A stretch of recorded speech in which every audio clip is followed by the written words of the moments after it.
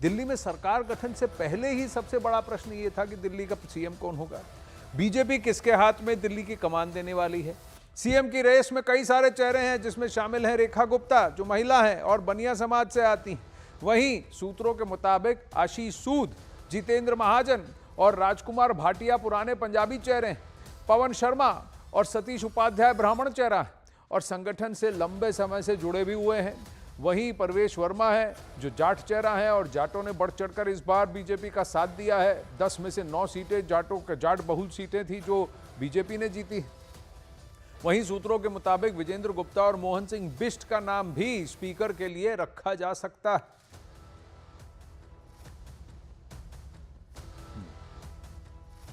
तो परवेश वर्मा जाहिर तौर पर इस वक्त दिल्ली सीएम के सबसे प्रबल दावेदार माने जा रहे हैं, क्योंकि उन्होंने अरविंद केजरीवाल को नई दिल्ली सीट से मात दी। लेकिन उनके अलावा इस लिस्ट में कौन कौन शामिल हैं आपको वो भी बता देते हैं और उनसे थोड़ा परिचय करा देते हैं। सबसे पहले बात परवेश वर्मा की।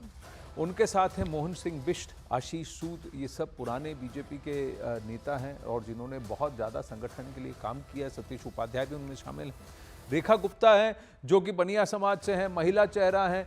दिल्ली बीजेपी के कोई भी महिला सीएम नहीं है, तो क्या दिल्ली में ऐसा हो सकता है। विजेंद्र गुप्ता है जो अकेले लड़ते आए हैं विधानसभा में।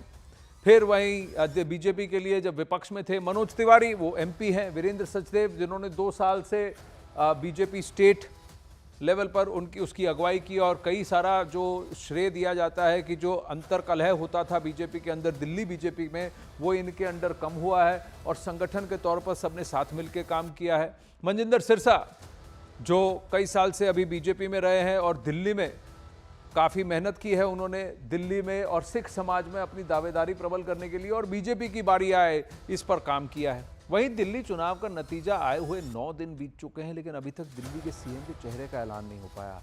ऐसे में आम आदमी पार्टी ने बीजेपी पर निशाना साधा। वहीं बीजेपी ने साफ कर दिया कि विधायक दल की बैठक के बाद केंद्रीय नेतृत्व चेहरे को फाइनल करेगा। प्रधानमंत्री नरेंद्र मोदी भी तो देश में नहीं थे, अभी तो लौटे हैं। 48 विधायकों में किसी पर भी भरोसा नहीं है। उनको पता है कि इन 48 विधायकों में से एक भी विधायक सरकार चलाने की योग्यता नहीं रखता है। उनको पता है कि इन 48 विधायकों का एक ही काम है, लूट खसौट करना। दिल्ली की जनता ने सरकार बना दी है और दिल्ली की जनता को हम लोगों ने कोई सीएम फेस कह के चुनाव नहीं लड़ा। जो विधायक चुने गए हैं उन्हीं में उनकी बैठक होनी है। उसके बाद केंद्रीय नेतृत्व और पार्लियामेंट्री बोर्ड तय करेगा कि दिल्ली का अगला मुख्यमंत्री कौन होगा। इसमें विपक्ष जिस तरह बयानबाजी कर रहा है उसको बयानबाजी नहीं करनी चाहिए। वहीं इन चेहरों में किसका दावा मजबूत है और कौन इस रेस में किस वजह से शामिल है, आपको वो भी जानना चाहिए। देखिए, परवेश वर्मा अरविंद केजरीवाल को मात दे चुके हैं। जाट वोटर्स पर इनका बड़ा प्रभाव है। हरियाणा, पश्चिम यूपी में दबदबा इनका है और 2 बार सांसद भी रह चुके हैं, तो इसीलिए इनकी दावेदारी मजबूत है। वहीं जायंट किलर इनको कहा जा रहा है वीरेंद्र सचदेव, जो कि दिल्ली बीजेपी के प्रमुख हैं और संघ से भी जुड़े हैं। संगठन में भी इनकी मजबूत पकड़ है और नेतृत्व में दिल्ली का चुनाव जीता है 1998 में के बाद पहली बार। और फिर ये जो अंतर कलह कहा जाता था दिल्ली बीजेपी यूनिट में, वो कम होता दिखा है। वहीं मनोज तिवारी 3 लोकसभा चुनाव जीते हैं। टीम मोदी के साथ अच्छी उनकी ट्यूनिंग है और दिल्ली में बड़ा पूर्वांचली चेहरा यही है। ये भी दिल्ली बीजेपी की अगुवाई कर चुके हैं, लेकिन उस वक्त तभी वहां आए हुए थे दिल्ली में, उन्होंने चहलकदमी शुरू की थी, लेकिन 3 बार लोकसभा जीत चुके हैं। एमपी हैं, तो क्या एमपी का स्थान रिक्त करके इनको मुख्यमंत्री बनाया जाएगा, ये बहुत बड़ा प्रश्न है।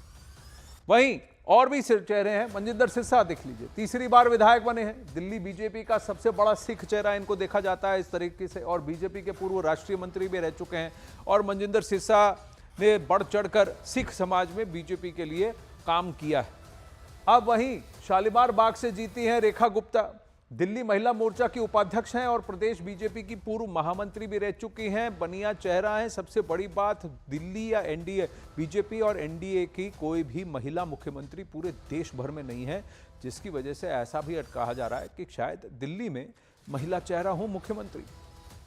फिर एक और चेहरा है मोहन सिंह बिष्ट। मोहन सिंह बिष्ट मुस्लिम बहुल है और फिर सीट मुस्लिम बहुल सीट मुस्तफाबाद से ये जीते हैं। 6 बार के विधायक रहे। संघ और संगठन में इनकी पकड़ मजबूत है। फिर इनके अलावा विजेंद्र गुप्ता हैं। विजेंद्र गुप्ता बीजेपी का वरिष्ठ चेहरा है। पूर्वी दिल्ली बीजेपी के अध्यक्ष भी हैं।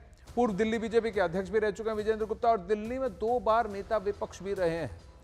बहुत बार मार्शल्स ने उनको उठाकर वहां सदन से बाहर भी रखा है। अकेले ही बीजेपी के लिए मोर्चा संभाले खड़े हुए दिखे हैं कई बार विजेंद्र गुप्ता जी।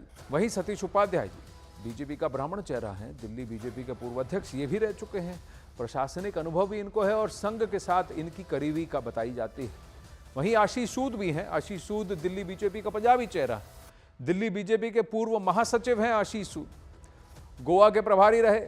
जम्मू एंड कश्मीर में सह प्रभारी भी रहे आशीष सूद।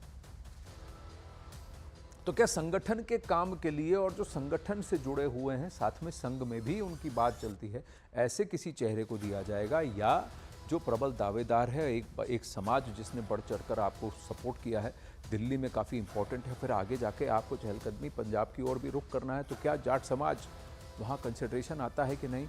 यूपी, हरियाणा, पंजाब, दिल्ली, सब जगह जाट समाज का इम्पैक्ट होगा।